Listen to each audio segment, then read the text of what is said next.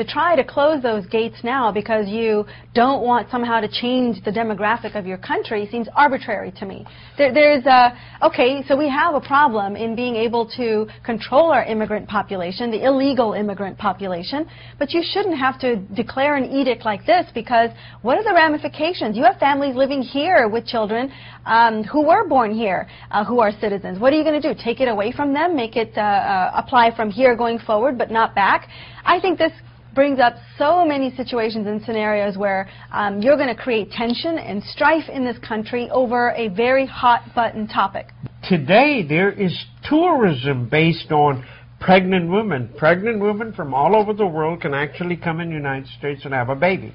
I don't know whether they're going to grow up here. They might grow up back home. But it is a status symbol. You know, born in the United States of America, born on the 4th of July. But there is a consensus in the Congress. They need to do something about it. But remember, folks, you cannot just revoke this law. You need 75% in the House and the Senate to beat it, and then 75% in all of the states and their legislatures. So you're right, this ain't going anywhere shortly. There's a further reaching problem with this, because let's say that your kids are no longer U.S. citizens when they're born here. That means they can't potentially run for president or other critical offices where being born on U.S. soil is a requirement. President Barack Obama was born son of immigrant, okay, but he was born on U.S. soil, therefore he's a U.S. citizen. You're now going to dwindle who is eligible for that presidency by a lot by taking this off the table. I think this is just absurd to me. I realize it's a problem. And if you read the articles on this, it's quite disturbing. There was one in the New York Times which caught my attention this week. It was about border sweeps that are now occurring on Amtrak trains and on buses. We're not talking Arizona, folks. We're talking about the state of New York, where people are just traveling within the territorial United States. Let's say they're taking a bus or a train from Ohio to New York.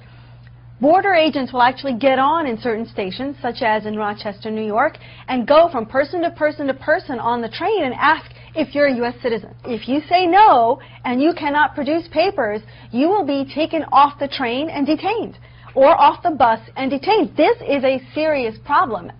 People who are frequent travelers on these routes have become wise. They just bring their passports with them. But can you imagine the terror and the trauma that you must be feeling? This is in the United States? This is happening in the United States, folks. I'm finally glad that some of the mainstream publications have decided to do a story on this, because this harkens back to what was happening in Nazi Germany when you were asking the Jewish population to produce their papers. This, to me, is utterly ridiculous. What's not coming out until now is that you have a choice. When these agents come on board these buses and trains, you have a choice to decline answering their question. You are under no legal obligation to answer yes or no to that question. You can simply decline to answer. But of course, here you are, you're new to this country. You see an authority figure coming in uniform and asking you a question. You see, sticks and batons and guns. This is all very fear-based and intimidation-based, and I just think this kind of stuff is a scare tactic. Clearly, you can tell I'm quite passionate on this issue. Yes, you sound like it. These little publicized transportation checks are the result of the Border Patrol's growth since 9/11, fueled by congressional anti-terrorism spending that has expanded the definition of what border jurisdiction really is. As a result, thousands of passengers have been taken to detention centers because they answered they were not U.S. citizens and couldn't show documents that satisfied the agents. I mean, this is a serious, serious problem, and these types of practices have increased sixfold the number of passengers that are detained on ordinary buses and on ordinary trains.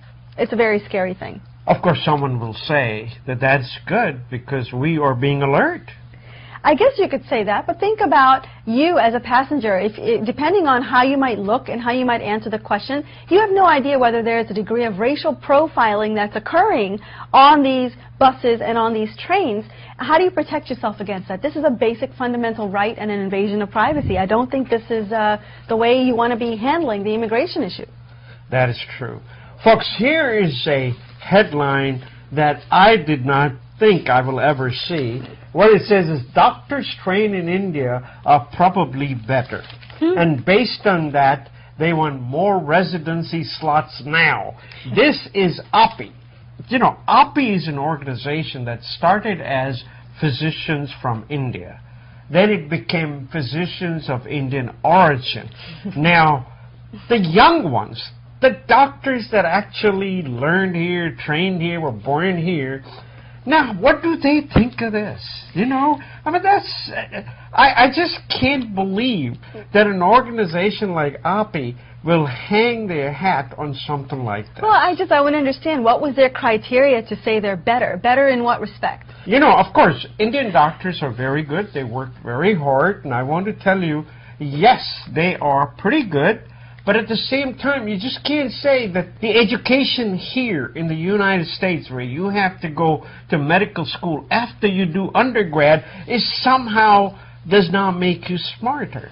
I mean, it seems like, no, the other kind is better, where you go straight from school directly to the medical school. The research center that did the research is called International Medical Education and Research in Philadelphia. It's a biased organization. Well, the headline says probably better, so you have to wonder what does probably mean.